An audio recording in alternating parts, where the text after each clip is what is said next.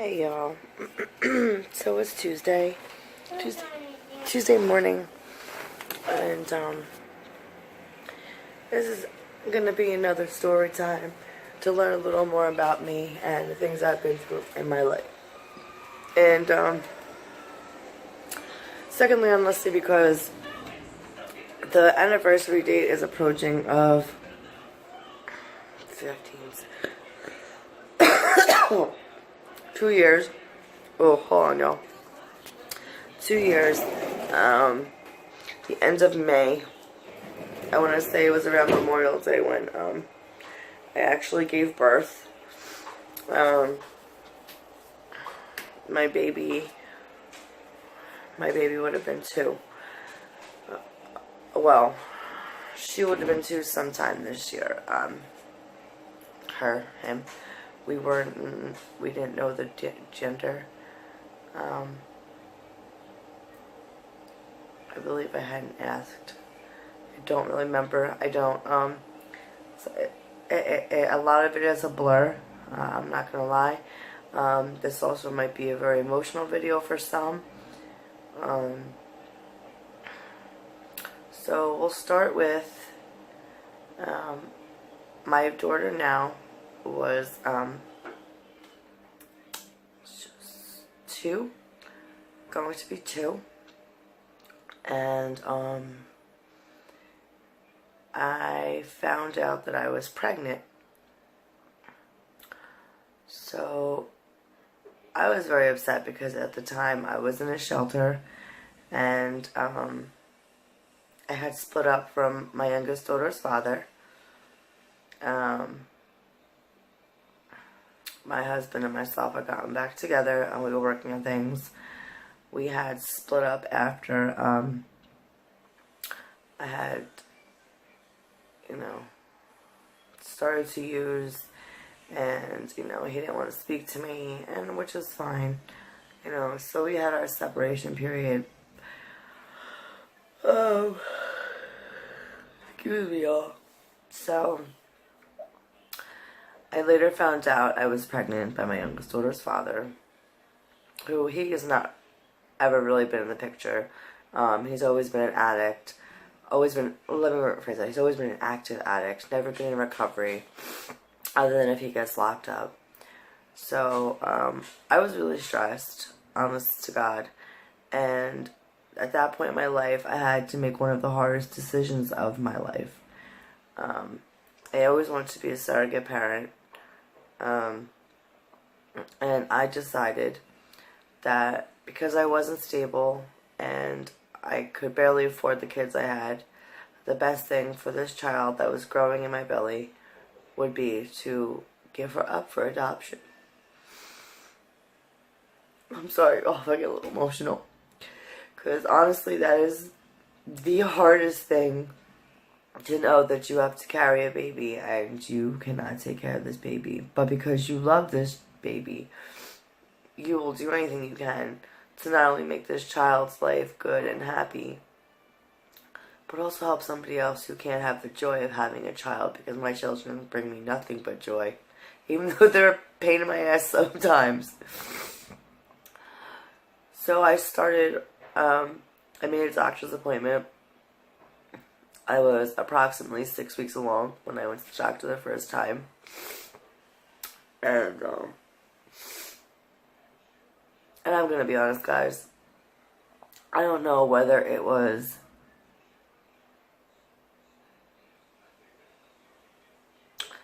I don't know what it was. I don't know, it's subconsciously whether I just don't know. I feel like subconsciously I don't think I've been able to give up the baby, and I don't know. There was just a lot of playing factors. My mind was really messed up.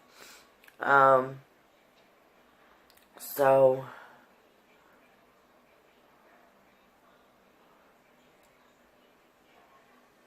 I did dabble. I'm not gonna lie. So I had found a family. I decided I wanted to have a gay couple. I looked through many profiles. I reached out to the adoption agency. I was going for monthly checkups. The pregnancy was progressing well. The baby was healthy. Mom was healthy. I was healthy. And around, I want to say, 15 or 16 weeks. Now, I was pretty far along. I was almost halfway down my pregnancy when all this happened. So, hold on, y'all. Oh, y'all, I need a second. So, about a 15 or 16 weeks,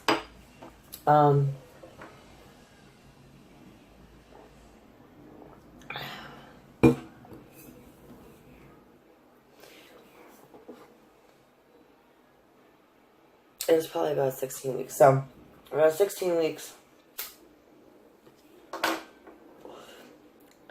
I just didn't feel right. I felt, they say mamas have intuition. And I had been pregnant 3 other times, 4 other, including the baby I had lost only a couple weeks into my pregnancy. But something didn't feel right. Something did not feel right. I kept saying, I don't feel like this baby is moving enough. So I continued on. I felt small movements here and there. I continued to grow. My belly continued to grow because I guess, my hormones. So I went for my 20-week checkup. And ladies, you know that sense of dread? I was 21 weeks and 3 days. So I go in for my ultrasound. They go to check the baby. And the nurse is scanning my stomach.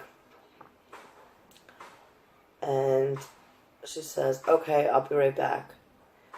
At that point, I immediately knew something was wrong.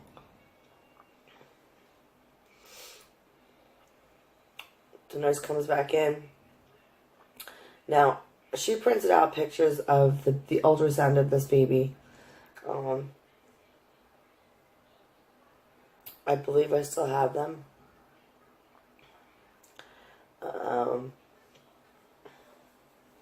And she comes back in and she says, ma'am, I'm sorry.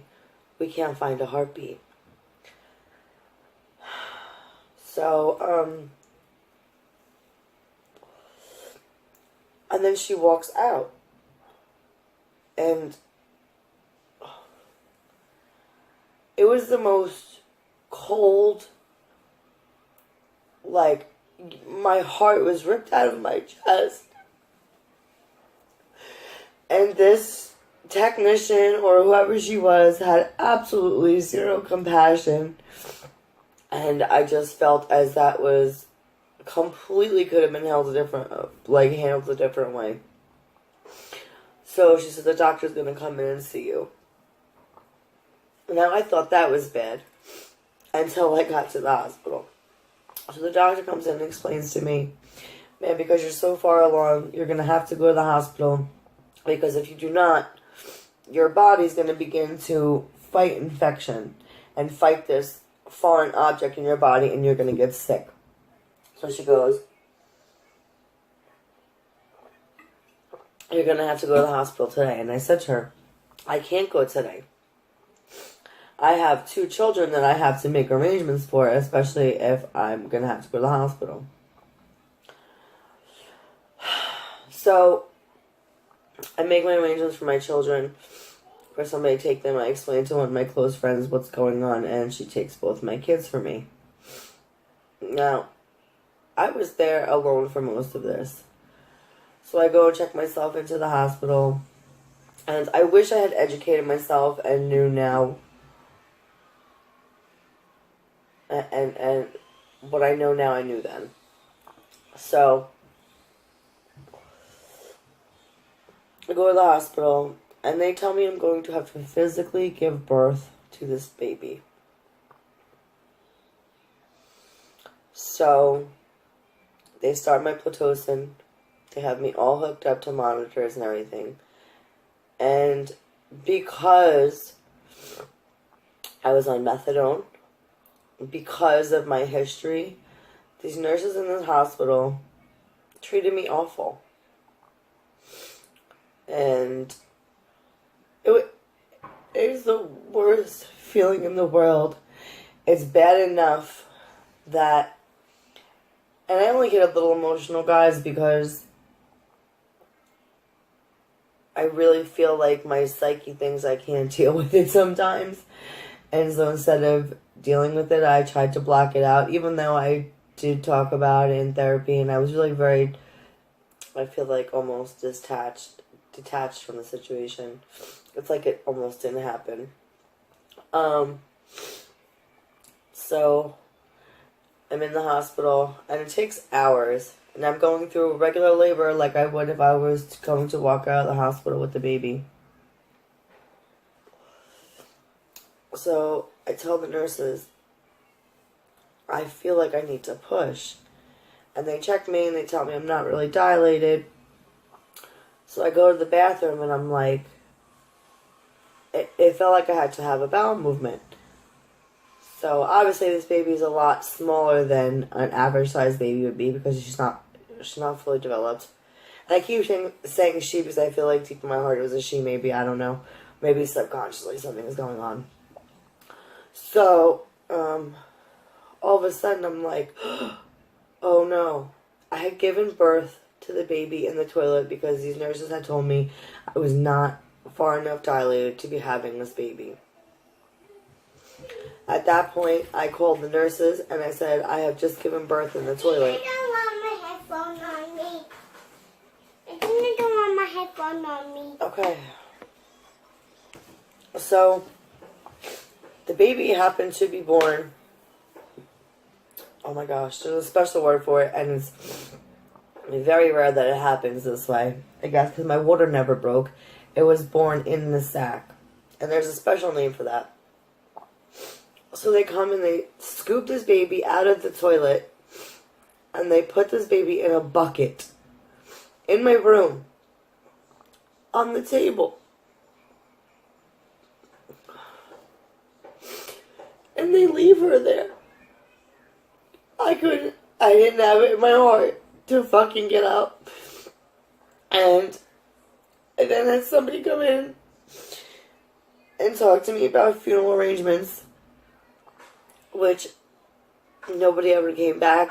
After that, they kind of just said, okay, well, you've now given birth, it's time for you to go home. I'm telling you, it was one of the worst experiences. These nurses treated me so badly and so cold. And all at that point I wanted in my life was someone to hold me and tell me it was going to be okay. I was offered no grief counseling. I didn't really deal with it, and I had to go back home and deal with life without a child that I had just have to give birth to. I will never forget it. It was one of the most painful experiences of my life. Time to time, I still think about the baby. And, the reason I tell this story, A, so you can know a little more about me. But B, know you're not alone.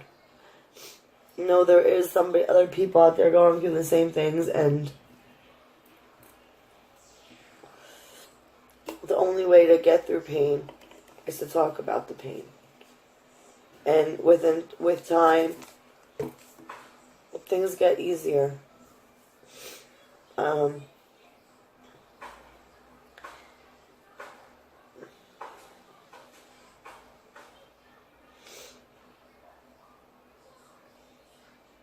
So like when I think that's a lot of where my empathy comes from.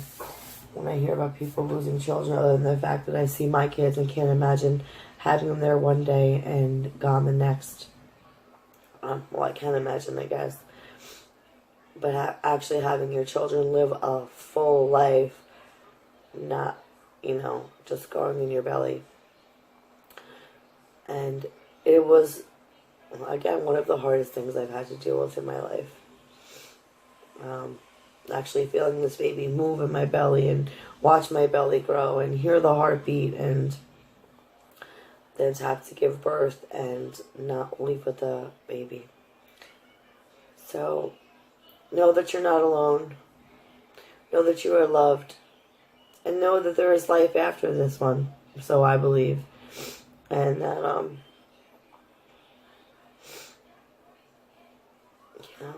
things get better. Bye, guys.